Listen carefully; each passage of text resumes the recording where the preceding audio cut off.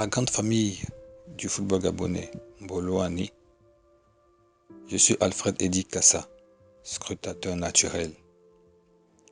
Vous avez été très nombreux à m'interpeller afin d'apporter de l'éclairage sur la prochaine élection présidentielle de la Fédération gabonaise de football. Merci pour cette grande marque d'attention et affection. Ceci démontre que vos yeux ont commencé par s'ouvrir.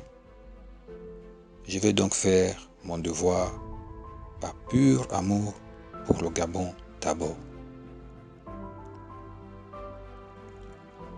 Le samedi 16 avril 2022, les membres électeurs de la Fédération gabonaise de football auront la lourde responsabilité d'arrimer le football gabonais à un nouveau destin pour les 4 prochaines années, en élisant le candidat qui devra le conduire en direction de la cime continentale et mondiale. Étant donné que les candidats présentent le plus souvent des programmes à peu près similaires, et ne doutant point sur la capacité de ces candidats à gérer cette fédération, en homme averti, je porte mon regard sur l'aspect invisible, ce paramètre caché tant négligé, qui pourtant nous donne de très bonnes informations et orientations pour les prises de décision dans le monde physique. N'oublions jamais que le hasard n'existe pas. Toute chose n'est que l'effet d'une cause. Servons-nous du tableau de correspondance numérique des lettres de l'alphabet français que voici, pour comprendre les choses cachées et très profondes. Calculons la valeur numérique dans l'extension par addition du mot FEGAFOOT. 6 pour F, 5 pour E, 7 pour G, 1 pour A, 6 pour F, 6 pour O, 6 pour O, 2 pour T. Le résultat est 39 au premier degré, 12 au deuxième degré et 3 au troisième degré. À présent, calculons la valeur numérique de ce même mot dans l'extension par multiplication. Cette fois, on aura 90 720 au premier degré, 126 au deuxième degré, 12 au troisième degré et 2 au quatrième degré. La juxtaposition de ces deux produits, 3 pour l'addition et 2 pour la multiplication, nous donne le nombre 32. 32 qui est la valeur numérique dans l'extension par addition de la date de l'indépendance du Gabon, 17 août 1960. Si nous additionnons les deux chiffres du nombre 32, on aura le chiffre 5 qui symbolise le nombre de lettres contenues dans le mot Gabon. Calculons la valeur numérique dans l'extension par addition des lettres d'abréviation de la Confédération africaine de football, CAF. 3 pour C, 1 pour A, 6 pour F. Le résultat est 10. Calculons celui de la Fédération internationale de football association, FIFA. 6 pour F, 9 pour I, 6 pour F, 1 pour A. Le résultat est 22. Si nous additionnons les valeurs numériques des lettres d'abréviation des deux instances faîtières du football, 10 pour la CAF et 22 pour la FIFA, on aura le nombre 32 au premier degré et 5 au deuxième degré. Vous venez de comprendre que la FEGAFOOT est l'une, peut-être même la seule fédération au monde qui incarne les deux instances faîtières du football continental et mondial. En regardant les valeurs numériques dans l'extension par addition des lettres contenues dans les noms et prénoms des candidats à la présidence de la Fédération gabonaise de football, 13 pour Valérie Olivier Ondoibé, 8 pour Dieudonné Ndoubou Likoni, 10 pour Jérôme Efonzolo, 12 pour Pierre-Alain Mungengi, 14 pour Dieudonné Ouayi, 21 pour Désiré Meba Mefama.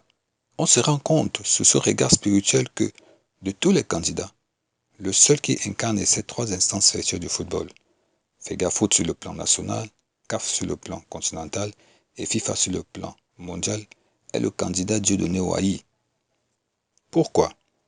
Parce que 10, qui est la valeur numérique dans l'extension par addition de CAF, et 22, qui est la valeur numérique dans l'extension par addition de FIFA, apparaissent dans son prénom et nom.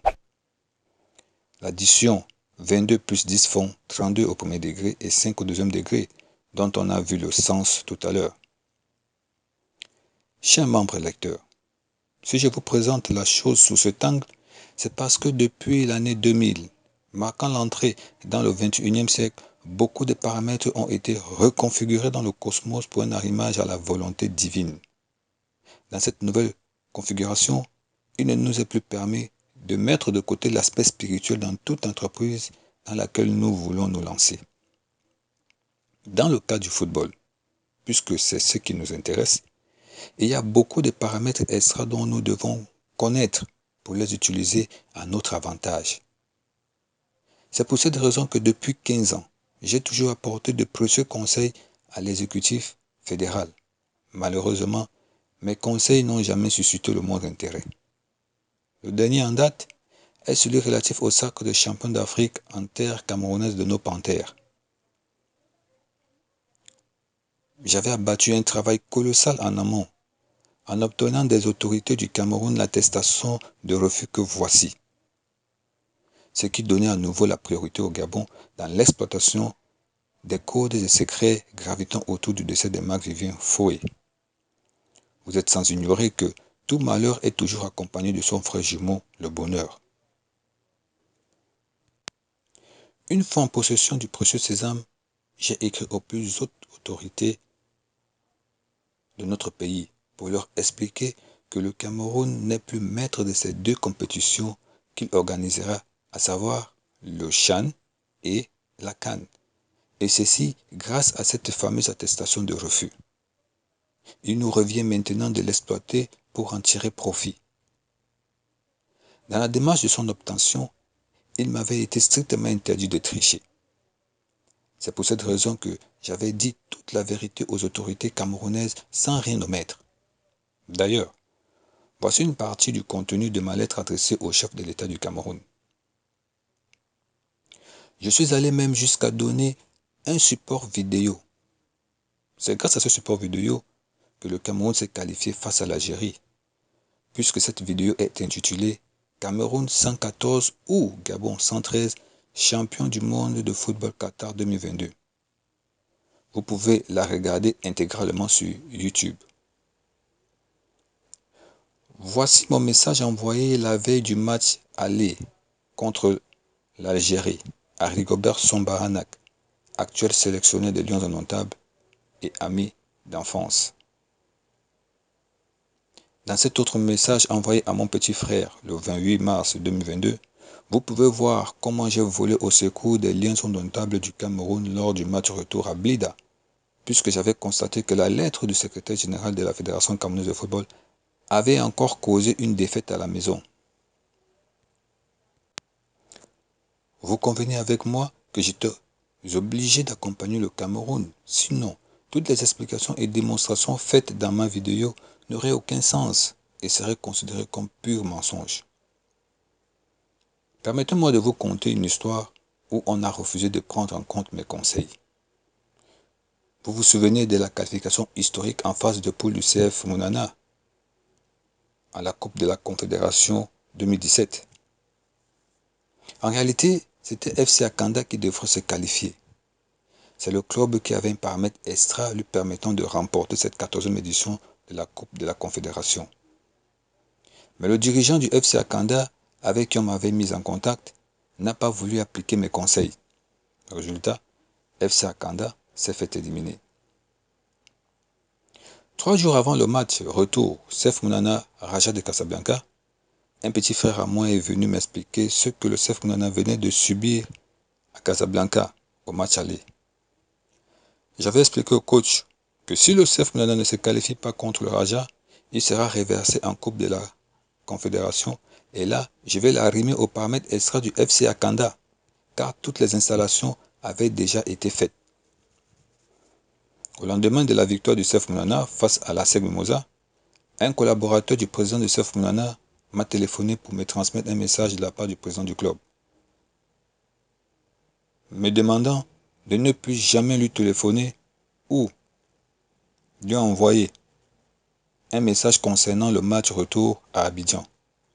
Sinon, je devrais répondre devant les agents de la police.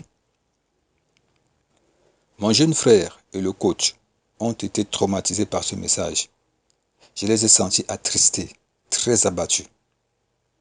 Face à cette situation, je les ai rassurés en leur disant que j'allais les accompagner pour le match retour et dès qu'ils seront qualifiés pour la phase de poule, je me laverai les mains.